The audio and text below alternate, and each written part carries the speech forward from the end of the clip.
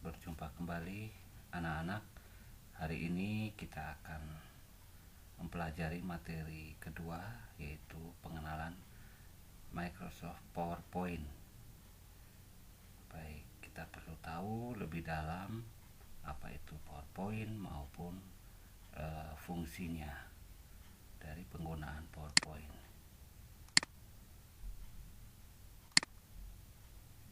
Baik,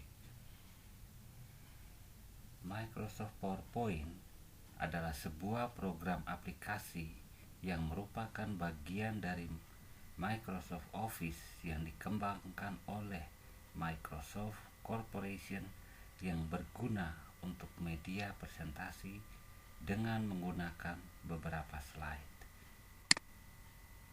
Fungsi dari Microsoft PowerPoint yang pertama itu memudahkan pengguna mengatur materi yang hendak disampaikan.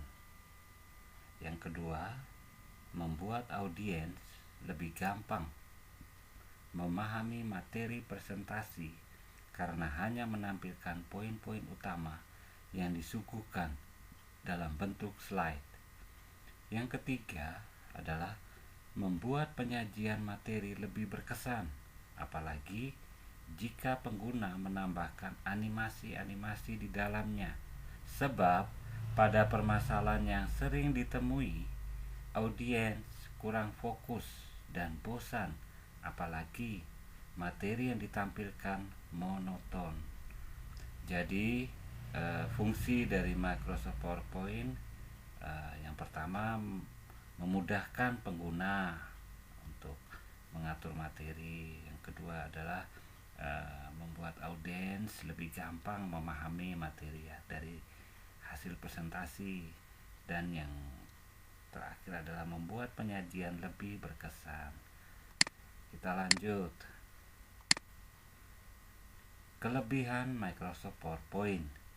Yang pertama, memudahkan pengguna membuat slide dan slide presentasi.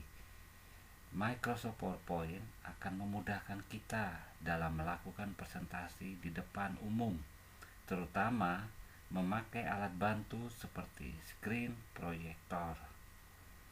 Kemudian di dalamnya dilengkapi beragam tools seperti text art, image import, kemudian video dan lain-lain yang akan membuat slide akan terlihat lebih menarik.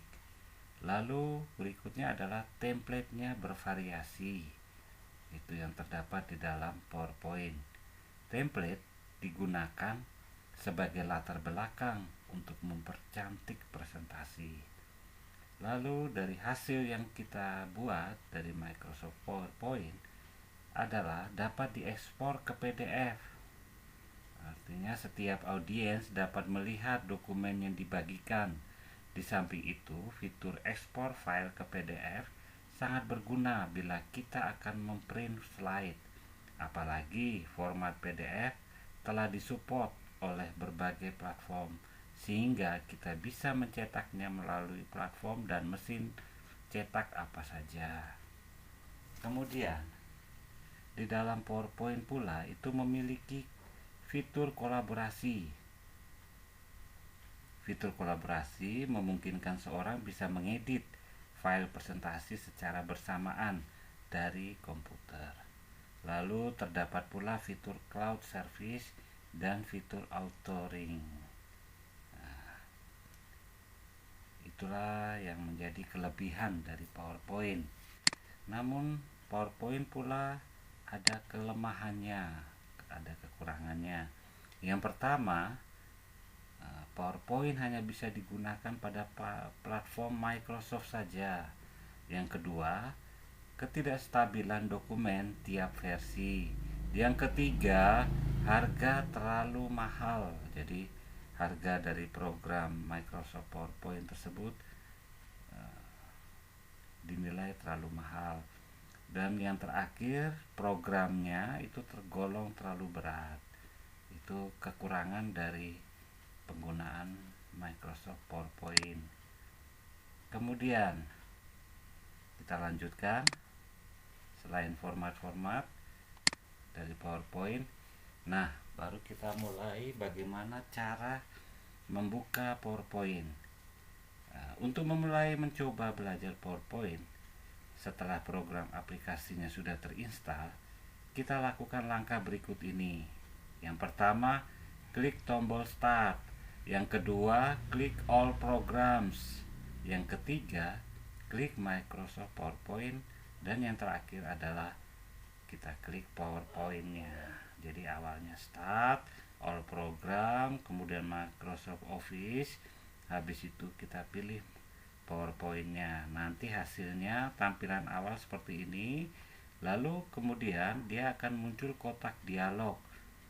Dengan menunggu hasil dari aplikasi ini akan muncul kotak dialog yang gambar sebelah kanan ini.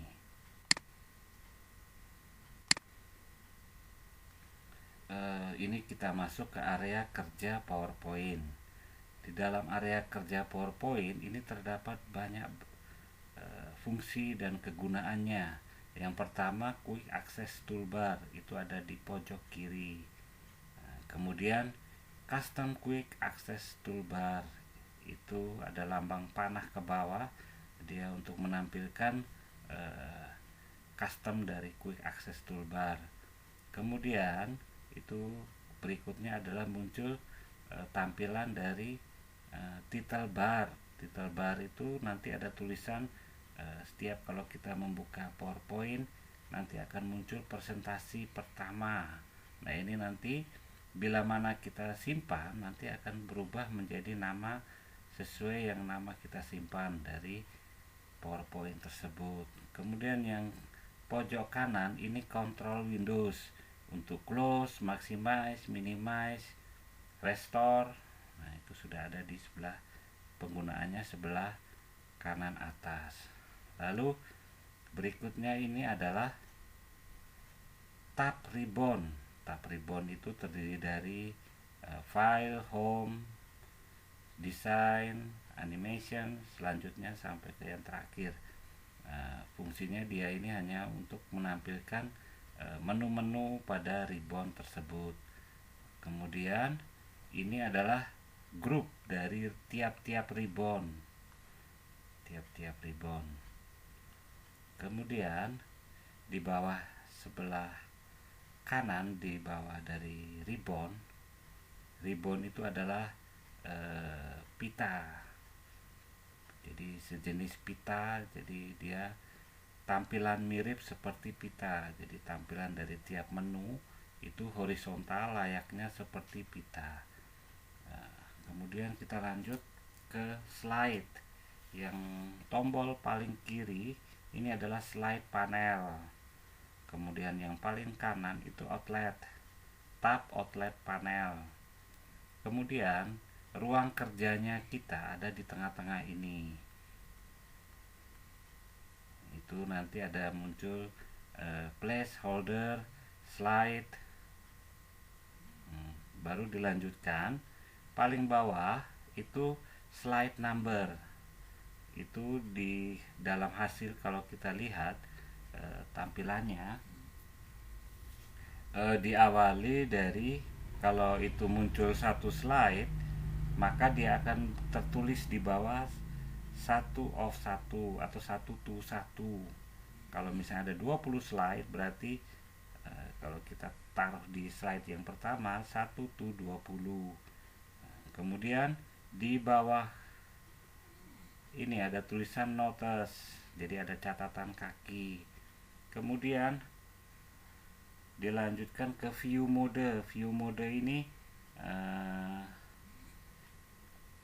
tampilan baik itu dalam bentuk web atau dalam bentuk tampilan biasa, itu disebut view mode. Lalu berikutnya ada zoom slide. Zoom slide ini untuk memperbesar, memperkecil tampilan. Baik, kita lanjut. Ini setelah kita sudah tahu area kerja dari Word, kemudian kita masuk ke elemen-elemen Microsoft PowerPoint. Nah, di dalam ini kalian lihat tampilan kotak kuning panjang, ini adalah ribbon. Kemudian tombol quick access itu sebelah lambang panah sebelah kiri atas, dan yang tulisan presentasi pertama PowerPoint itu yang disebut tadi Bapak sudah jelaskan adalah title bar. Title bar terdapat di bagian paling atas aplikasi, dan title bar digunakan untuk menampilkan file yang sedang aktif atau digunakan mengidentifikasi aplikasi dan menyediakan alat untuk mengelola jendela aplikasi, pita, dan konten. Jadi yang disebut tadi Bapak jelaskan ribbon itu adalah pita, itu yang ini. Nah, kemudian tombol quick access seperti ini yang kita lihat ini. Tombol quick access toolbar bisa ditentukan sesuai dengan yang kita inginkan. Untuk defaultnya sendiri itu adalah save, undo, redo, atau repeat, dan start from beginning bottom. Jadi yang ada di dalam lambang panah kecil atas ini. Lalu yang disebut ribbon itu berada di bawah title bar. Ini yang disebut ribbon. Bagian ini yang digunakan saat bekerja untuk presentasi. Bagian utama dari ribbon adalah ribbon tabs yang berisi 7 menu utama yang tadi sudah Bapak beritahu, 7 menu utamanya, yaitu file, home, insert, design, transition, animation, slideshow, record, review, view, dan help. Baik, kita lanjutkan.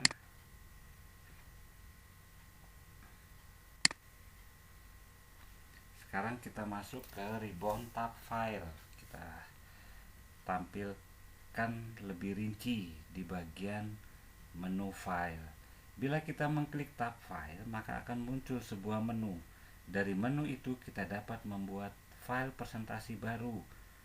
Yang pertama new, itu presentasi baru. Menyimpan itu save, membuka itu open, mencetak itu print, dan terdapat juga menu pengaturan. File tab berisikan fungsi-fungsi utama antara lain. Yang pertama tentang filenya yang berisikan info, new, open, save, save as, history, print, share, export, close, account, feedback, dan option. Nah, dari kesekian ini nanti Bapak akan jelaskan satu persatu. Baik, kita lanjutkan ke penjelasan berikutnya. Yang pertama adalah info.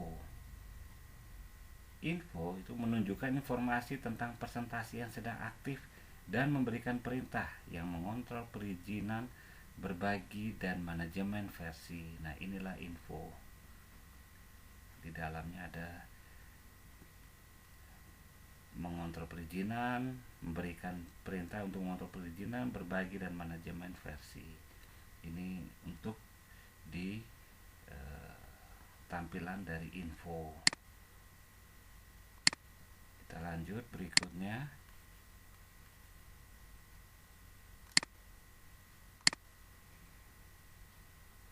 Yang kedua adalah new. Dari daftar yang tersedia pada PowerPoint, kita bisa membuat presentasi baru. Ini adalah tampilan dari new. Kotak dialog yang menunjukkan bahwa ini ada new. Nah, di samping ini ada blank presentasi, juga ada template-template yang bisa kita gunakan untuk menjadikan diri sebagai background dari presentasi. Baik, kita lanjutkan. Berikutnya adalah open. Digunakan untuk membuka dari presentasi yang sudah ada pada komputer kita. Di dalamnya berisikan OneDrive, perangkat jaringan, atau penyimpanan eksternal. Jadi itu merupakan bawaan dari menu open.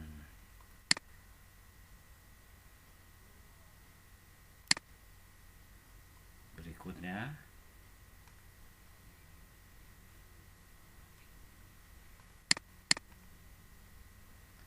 save.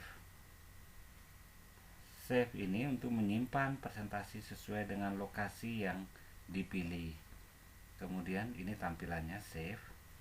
Kalau save as itu memungkinkan kita menyimpan kembali presentasi dengan nama tipe atau lokasi yang berbeda dari yang sudah kita simpan sebelumnya.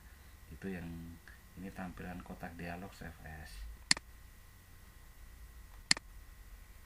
Kita lanjutkan. Kemudian yang disebut history memungkinkan kita untuk melihat apapun perubahan yang kita lakukan pada presentasi kita. Ini hanya berlaku untuk presentasi yang disimpan di dalam OneDrive untuk berbisnis atau berbagi poin. Ini yang disebut history. Kemudian print untuk mencetak dokumen yang sudah kita buat atau dilakukan pengeditan sebelumnya. Ini tampilan dari print. Kemudian kita lanjutkan untuk share. Share digunakan untuk membagikan presentasi seperti melalui email. Ini tampilan kotak dialog dari share. Selanjutnya adalah export. Export menawarkan berbagai opsi untuk menyimpan presentasi dalam berbagai format, serta pembuatan sebuah video, pengemasan sebuah presentasi untuk CD, menciptakan selebaran, dan mengganti tipe file. Ini menu dari export. Baik, kita lanjutkan berikutnya. Kalau menu dari close, yaitu adalah untuk keluar dari presentasi yang sedang kita pakai atau kita buka. Kemudian account memungkinkan kita memilih akun mana yang akan kita gunakan agar kita bisa memasukkan ke dalam Microsoft Office. Inilah tampilan kotak dialog dari account. Kita lanjutkan. Masih berhubungan dengan tadi, di bawah tab file yang berikutnya adalah option. Option itu membuka pengaturan dari presentasi yang nantinya akan muncul kotak dialog, yang mana kita bisa melakukan konfigurasi terhadap presentasi. Inilah yang disebut option. Nah, di sini terdapat banyak pengaturan dari penggunaan Microsoft PowerPoint. Berikutnya untuk feedback. Feedback adalah sebuah kotak dialog yang nantinya kita akan berikan feedback atau menjelajahi umpan balik dari pengguna. Itu yang disebut dengan feedback. Kita lanjut ke yang kedua, ribbon tab home. Ini yang masuk di wilayah menu tab home. Ribbon tab home adalah menu yang paling pertama yang di dalamnya terdapat 4 grup tools dengan fungsinya masing-masing, yaitu clipboard, slide, font, paragraph, drawing, dan editing. Jadi ini ada clipboard, ini slide, itu terdiri dari layout, reset, section, new slide. Kemudian di clipboard ini ada paste, cut, copy, kemudian ada format pointer. Lalu sebelahnya ini font. Font ini terdiri dari apa-apa saja yang ada di dalam. Nanti kita akan bahas per tiap dari sub directory dari menu home. Jadi di dalamnya ada clipboard, slide, font, paragraph, drawing, dan editing. Kita lanjut. Clipboard yang sudah kita tulis di atas ini, tampilan seperti ini, memungkinkan kita menggunakan tombol copy, paste, cut, dan format pointer. Paste berfungsi untuk memunculkan hasil duplikasi. Cut berfungsi untuk memindahkan objek. Copy berfungsi untuk menggandakan objek. Dan format pointer berfungsi menduplikasi format teks. Seperti inilah tampilannya kalau diperbesar. Kemudian berikutnya subdirektori slide. Di dalamnya terdapat tombol add slide, layout, reset, dan delete. New slide berfungsi untuk membuat slide baru. Layout berfungsi untuk memilih tampilan layout. Kemudian reset berfungsi untuk mengembalikan tampilan layout seperti semula. Lalu yang terakhir, delete berfungsi untuk menghapus slide. Ini adalah tampilan dari slide. Kita lanjutkan. Kemudian dilanjutkan menu subdirektori dari font. Font itu terdiri dari ada 11 item. Font tipe kita nanti bisa gunakan Ctrl D. Pengaturan tipe huruf. Font size itu pengaturan ukuran. Increase font size difungsikan agar tulisan lebih besar. Untuk ini yang disebut increase font size. Lalu yang ini decrease font size. Kemudian clear all formatting itu pengaturan hapus format. Ini yang sebelah sini yang ada H, huruf A, kemudian ada lambang stip penghapus. Kemudian di bawahnya ada bold, italic, underline. Kemudian dilanjutkan dengan teks efek topografi, pemberian color text, lalu teks highlight color, pemberian background color tulisan, kemudian color untuk menentukan warna. Jadi seperti ini. Kita lanjutkan berikutnya. Kemudian kita lanjut ke subdirektori paragraf. Paragraf di dalamnya terdapat tombol untuk mengatur posisi rataan atau alignment, bullets dan numbering, line spacing, dan beberapa tombol untuk mengatur paragraf. Bullets berfungsi untuk mengatur bentuk bullets atau poin. Jadi yang ini bulletsnya. Kemudian numbering berfungsi mengatur sistem penomoran. Ini yang disebut numbering. Terus decrease list level berfungsi menggeser bullets atau numbering pada level sebelumnya. Seperti ini tampilannya. Increase list level itu yang seperti ini. Berfungsi sebaliknya dari decrease. Line spacing berfungsi mengatur spasi antar baris.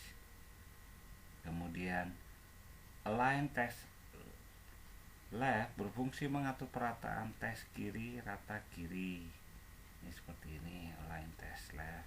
Center, kemudian justify, kemudian right, align text right berfungsi untuk mengubah perataan teks rata kanan. Kemarin sudah kita bahas di penggunaan keyboard, jadi anak-anak mungkin sudah tahu. Terus convert to smart art itu berfungsi untuk mengubah tampilan dari tulisan ataupun kotak dialog yang kita buat. Baik, kita lanjutkan. Kemudian kita masuk ke subdirektori berikutnya adalah drawing. Drawing di dalamnya terdapat tombol text box, kemudian auto shape, lalu arrange, quick style, shape fill, shape outline, dan shape effect. Shape berfungsi untuk menyisipkan bentuk, kemudian arrange berfungsi untuk mengatur dan menata objek. Ini yang disebut arrange. Kemudian shape quick style berfungsi memilih bentuk visual untuk bagan atau garis. Kemudian untuk shape fill berfungsi memberi objek warna pada objek. Kemudian shape outline berfungsi memberi warna pada garis tepi. Jadi beda antara shape fill dengan shape outline. Shape fill itu berfungsi memberikan warna pada objek. Kalau shape outline berfungsi memberi warna pada garis tepi. Kemudian shape effect berfungsi untuk mengatur efek pada objek. Ini tampilannya seperti ini. Kemudian kita lanjutkan subdirektori berikutnya adalah editing. Di dalamnya terdiri dari tombol Find, Replace, dan Select.